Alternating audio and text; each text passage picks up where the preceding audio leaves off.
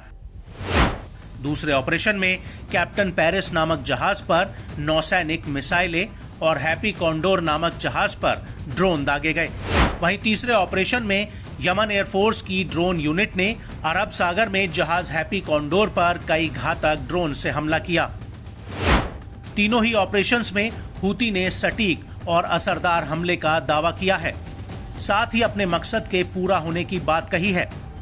Houthi लड़ाकों ने फिलिस्तीनियों का समर्थन करने और अमेरिकी हमलों का जवाब देने के लिए यमन आर्म फोर्सेस की मंशा को साफ कर दिया है। रविवार के हमले से पहले भी हूती की मिसाइल यूनिट की ओर से पहला ऑपरेशन अरब सागर में वबैरना मालवाहक जहाज के खिलाफ किया गया था। हूती का कहना है कि इससे जहाज जलकर पूरी तरह से खाक हो गया।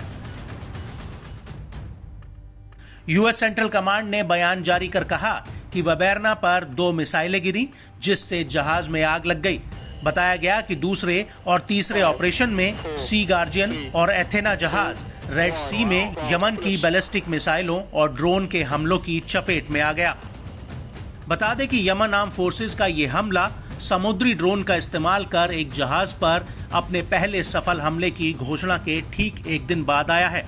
इसके अलावा यमन आर्म फोर्सेस ने कई खतरनाक बैलिस्टिक मिसाइलों से रेड सी में ट्यूटर जहाज को निशाना बनाया। इससे जहाज को गंभीर नुकसान पहुंचा है, जिससे उसके डूबने का खतरा पैदा हो गया। मैरीटाइम सिक्योरिटी फोर्सेस ने खुलासा किया कि एक ग्रीक मालवाहक जहाज यमन के होदेदा के लाल सागर बंदरगाह पर एक सी ड्रोन ने टक्कर मारी थी। आपको बता दें कि बीते साल नवंबर से लाल सागर में हूतियों ने इंटरनेशनल शिपिंग पर दर्जनों हमले किए हैं।